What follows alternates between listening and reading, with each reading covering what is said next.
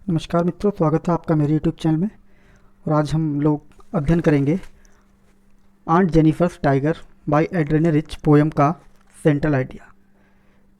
आपको बताना चाहूँगा कि जो पोएम है वो मैंने एक्सप्लेन अब से पहले वाले वीडियो में एक्सप्लेन कर दी है। तो अब हम इसके सेंट्रल आइडिया के बारे में बात करेंगे। सेंट्रल आइडिया के माध्यम से पता चलता है कि जो एक पोइट है उसकी पोएम क्या कहना चाहती है, उसके अंदर क्या छुपा हुआ है। तो आइए बात करते हैं सेंट्रल आइडिया की।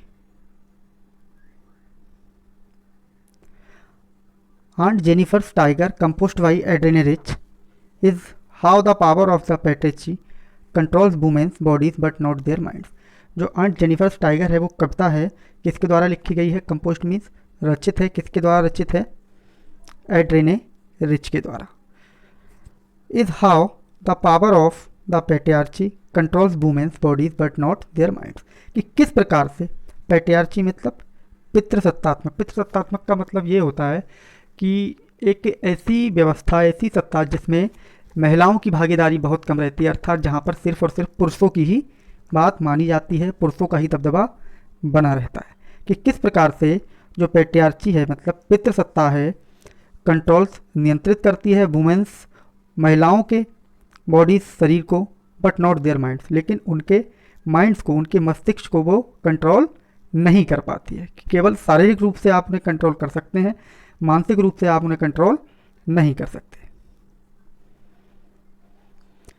This poem tells us that women remain slave of males because of the institution of marriage. बहुत ही गंभीर बात कही गई है यहाँ पे कि यह पोएम जो है बताती है, टेल्स अस बताती है कि women remain slaves, remains means बनी रहती हैं, स्लेव्स मीन्स गुलाम, स्लेव्स का मीन्स होता है गुलाम। की महिलाएं क्या होती हैं? गुलाम बन रहती हैं। ऑफ मेल्स, किसकी? पुरुषों की। बिकॉज, क्योंकि because of the institution of marriage, किसके कारण? जो विवाह की संस्था है या विवाह नामक जो संस्था है उसके कारण जो महिलाएं हैं वो पुरुषों की क्या बनी रहती हैं? गुलाम बनी रहती हैं। नेक्स्ट देखते हैं, they have remained objects in the hands of males throughout the ages. और वे क्या बनी रहती हैं?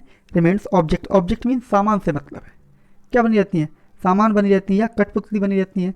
रिमेन्स ऑब्जेक्ट, सामान बनी रहती हैं। इन हैंड्स ऑफ मेल, किसके? पुरुषों के हाथों का क्या? एक सामान बनी रहती हैं। थ्रू आउट द एजेस, बहुत बहुत युगों तक, कई युगों तक जो महिलाएं हैं वो क्या हैं? पुरुषों के हाथ का सामान या हाथ की कठपुतली बनी रहती हैं।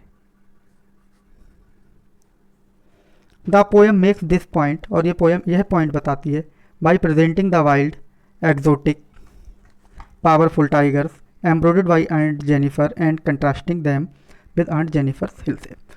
ये जो पोएम है वो एक पॉइंट बताती है, क्या? किसके द्वारा बताती है? प्रेजेंटिंग, जो प्रेजेंट किए जाते हैं किसके द्वारा? आंट जेनिफर ने एम्ब्रॉयड मतलब जो कार्ड रखे होते हैं एक पर्दे पर, जो टाइगर्स कैसे होते हैं? वाइल्ड, जंगली।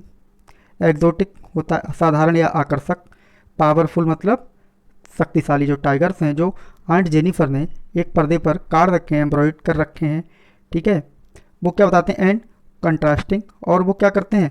तुलना करते हैं। किसके द्वारा? With them, with aunt Jennifer herself, और उनके द्वारा या उनके साथ जो आंट जेनिफर है क्या करती हैं? अपने आप की तुलना करती हैं। यहाँ पे तुलना किस प्रकार से करती हैं?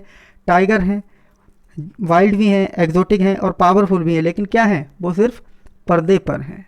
सत्यता और हकीकत या ज़मीनी रूप से वो नहीं है। जिस प्रकार से महिलाओं के लिए क्या बात की जाती है कि महिलाओं का सम्मान कीजिए, महिला सशक्तिकरण कीजिए, महिलाओं को शक्ति दीजिए, आप महिलाओं को आगे बढ़ने दीजिए, ये सब किया जाता है दिखावे के रूप में। असलियत यह है कि उन्हें आगे बढ़ने नहीं दिया जाता है।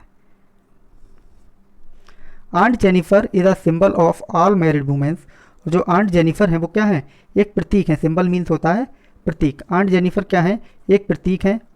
ऑल मैरिड वुमेन्स, सभी शादीशुदा विवाहित महिलाओं का एक सिंबल है, एक प्रतीक है। Who are suffering at the oppressive hand of a patriarchal society, और जो कि सफरिंग कष्ट सहती हैं at the oppressive hand of patriarchal society.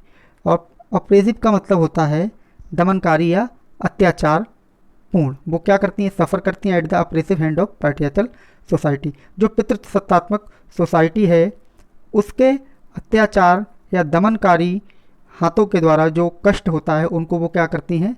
सहती हैं, कष्टों को सहती हैं। तो